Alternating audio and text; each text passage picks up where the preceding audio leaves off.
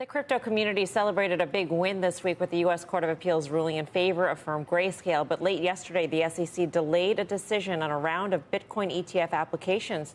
Joining us now, Anthony Pompliano, founder and partner of Pomp Investments. Anthony, great to have you here on set, but great to have you back in New York. What did you make of this whole thing? I don't think anyone was really surprised with the delays yesterday, the 6 delays.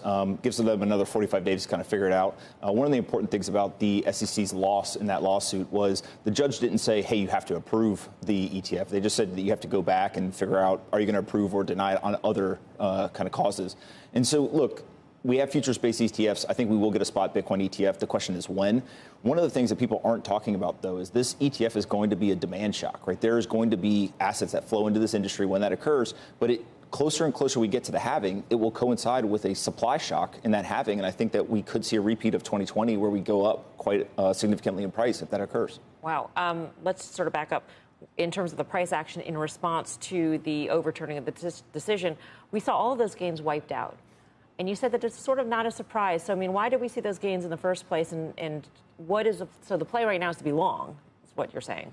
I think that, Bitcoin's really interesting. It was up like 80% to start the year. It's now down to about 60% up since the start of the year. In July and August, it was down. September's historically been a pretty bad month for Bitcoin.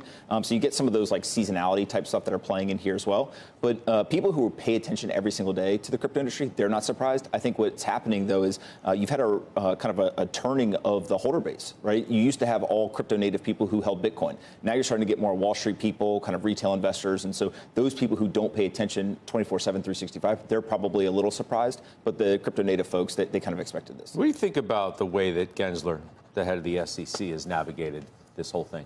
Yeah, I think he's got an impossible job, right? If you think about what the regulators have to do is they basically want to encourage innovation. And, I call it like embracing the entrepreneurial DNA of the United States. We want to be a leader, both in capital markets and in technology. At the same time, they want to protect investors. And so I think that what they've been very clear about is their perspective, which is Bitcoin is the asset that has kind of passed through that regulatory threshold. It is not a security, it's a commodity, and they're kind of treating it that way. The rest of the assets, they obviously think are securities. And so there's obviously some litigation that's going on.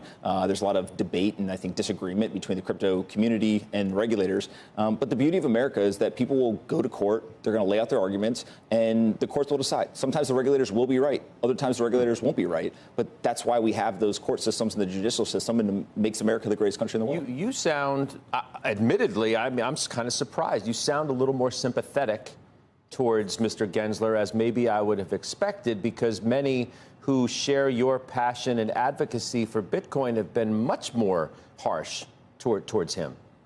At the end of the day, we can yell and scream, we can argue, name call, do all the things that people do, but we still have to work together, right? At the end of the day, the regulators are always going to be the regulators. And so my thought process is if we spend our time more focused on educating and kind of trying to bridge that gap, get them to understand why this technology is important, how it's already helped quite a bit of people, that's probably a more productive use of energy and time than it would be to sit and just yell and scream at each other. Because at the end of the day, the yelling and the screaming just gets people to dig their heels in, and then people don't want to work together, right? But my belief is that a Bitcoin ETF will be approved in the United States of America. It will lead to billions and billions of dollars of inflows. At the same time, I think that regulators are having to get up to speed. They're getting educated. And the more that they learn, the more they realize the technology is not going away. I mean, stable coins is like a story that I think regulators are kind of scratching their head around. We've seen $11 trillion of transaction volume settled with stable coins. That's the same transaction volume as Visa. Right? So when you start to think about this, you're like, wait a minute, nobody uses that stuff except for the dollar on blockchain is used just as much as Visa is used. That is a mind-blowing statistic where regulators, technologists, and frankly, politicians all have to get together and decide how are we going to use this technology? Because if we don't do it here in the United States, people internationally are going to continue to use this. And we're seeing international usage and adoption of these technologies explode. Does America want to be a leader or do we want to be a follower? Historically, we've been a leader, so let's go lead. Let's go back and assume that a Bitcoin ETF is approved. How do you think about the trades? We saw initially Coinbase go up, but you sort of wonder, do you need something like a Coinbase if you can buy an ETF on any exchange, on your Schwab account, for instance? So how do you think about it? So, we're an investor in Coinbase, have been for a long time, and I think that if you're a retail investor and you wanted exposure to Bitcoin over the last 2, 3, 5 years, you probably went and figured out a way to do it, right? And so I don't think that there's a ton of inflows that are going to be happening from retail investors. I do think, though, that sovereign wealth funds or very large institutions, they're not going on Coinbase and buying, spot Bitcoin, right? And so I think that that's where the ETF inflows could happen. I think Coinbase has done a fantastic job. They've onboarded more people to Bitcoin than any other company in the country or in the world. And if you look at, by being a public company, what they've really done is they've held the flag and said, look, we want to be a regulated institution. We want to be a big brand. I think they're doing a fantastic job. You talked about a moment. I want to just get back real quick to use case stuff. You talked about stable coins and you talked about these astounding statistics that you pointed out. What about for Bitcoin? Do you think we're closer now, any closer now, than we were, say, 2 years ago about real use case for Bitcoin? Because I feel like that's still suspect. Yeah, I think it's a very fair question, right? And the first part of that, you have to define what is the use case. And so some people will say, hey, it's a store of value. We're going to buy it, we're going to hold it, we're never going to sell it, and it's going to be this amazing way to protect our purchasing power.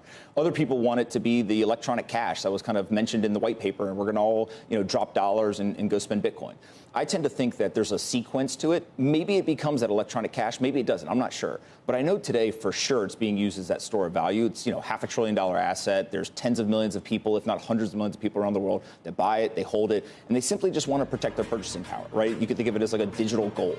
And from that standpoint, holding is a use case, right? Now, if you then start to evolve the definition of use case and say, hey, I need it to be that electronic cash, sure, it has really high transaction volumes and has all these different applications that people are trying to build, but I don't think anyone with a straight face would say, hey, Bitcoin is replacing the US dollar today for the majority. I mean, people have done that, though. Plenty of people have actually tried to make that case.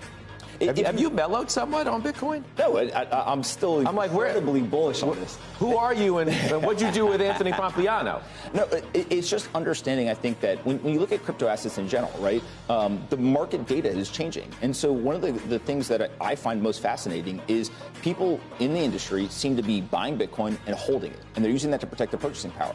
And then if you're in Argentina, I talked to an Argentinian entrepreneur recently, and he said to me, everyone in Argentina wants to get out of the peso, right? Obviously, it's 100% inflation. It's this horrible situation. But they're not going and buying Bitcoin immediately. What they're doing is they actually want stable coins, right? And the reason why they want stable coins is because they want to get paid in dollars from their companies. They want to pay other people, et cetera. And so if you buy Bitcoin and you're using that as your store of value, and then you're using a stable coin to actually transact value, that seems, again, it's what the market's showing us. That's what people are doing.